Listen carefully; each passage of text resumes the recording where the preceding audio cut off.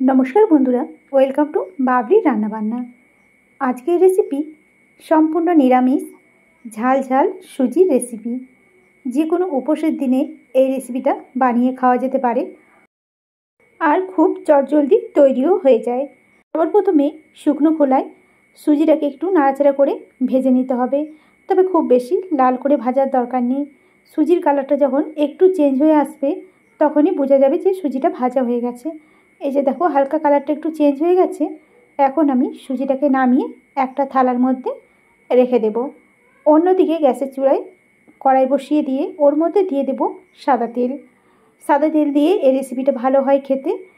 এবার সাদা তেলটাকে একটু গরম করে এখানে ফোড়নের জন্য দেব আমি কালো সর্ষে। কালো সর্ষে দিলে ফোড়নটা খুব সুন্দর একটা গন্ধও বেরোয়, খেতেও ভালো লাগে। এরপর এর মধ্যে দিয়ে দিচ্ছি পরিমাণ মতো নুন দিয়ে ভালো করে ফোড়নটাকে একটু নাড়াচাড়া করে নেব।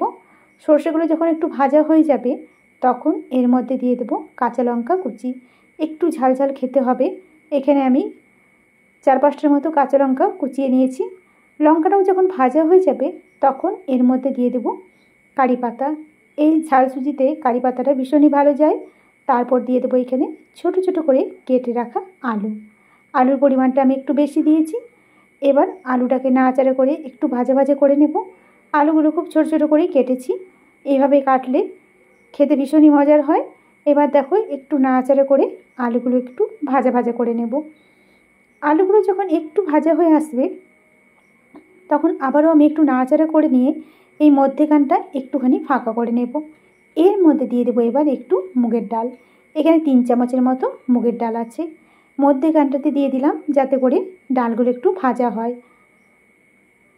এইবার আমি কিছুক্ষণ পর দেখো নাড়াচাড়া করে নিয়ে দেখে নিচ্ছি ডালটা কিন্তু ভালো মতো ভাজা হয়ে গেছে। এখন ভালো করে মিশিয়ে নেব আলুর সাথে এই ডালটা। আর এই আলুর সাথে ভাজতে ভাজতে ডালটা আরও একটু ভাজা হয়ে যাবে। তারপর এর মধ্যে দিয়ে দেবো গাজর কুচোনো। এখানে ছোটো সাইজের একটা গাজর আমি কুচিয়ে নিয়েছি। এখন আলুর সাথে গাজরটাকেও একটু নাড়াচাড়া করে নেব। আলুটা যেহেতু ভালো মতো ভাজা হয়ে গেছে আর সেদ্ধ হয়ে এসছে, এবার গাজরটাকেও কিছুক্ষণ ভেজে নিয়ে সবার শেষে আমি দিয়ে দিলাম ক্যাপসিকামটা। প্রথমে দিলাম না, কারণ ক্যাপসিকামটা গলে গেলে আর খেতে ভালো লাগবে না। এবার আবারও একটু নাড়াচাড়া করে সমস্ত সবজিগুলো ভালো করে ভেজে নেব। এই সময় মুগ ডালটা কিন্তু আরও ভালো করে ভাজা হয়ে গেছে। এখন এর মধ্যে দিয়ে দিচ্ছি সামান্য পরিমাণে একটু হলুদের গুঁড়ো। 1/2 চামচের থেকেও একটু কম দিয়ে দিয়েছি হলুদের গুঁড়ো। তোমরা চাইলে এখানে হলুদের গুঁড়োটা ব্যবহার নাও করতে পারো, সাদা সুজিও করা যায়। এবার দেখো একটু নাড়াচাড়া করে নেব।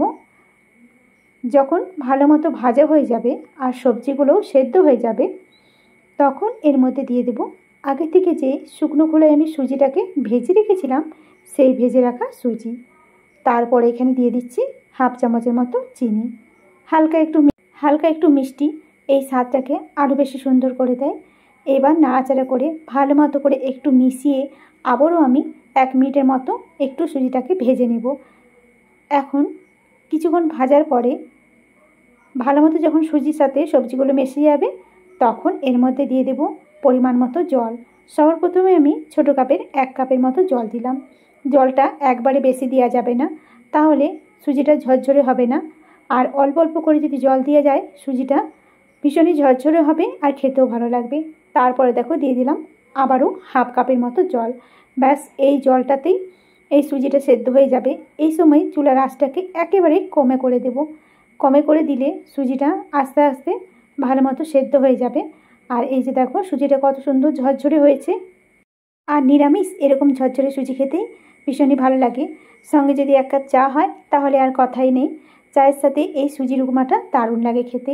এবার আমি একটা প্লেটে নামিয়ে নেব। তো তৈরি হয়ে গেল আজকে ঝাল ঝাল ঝরঝরে সুজি।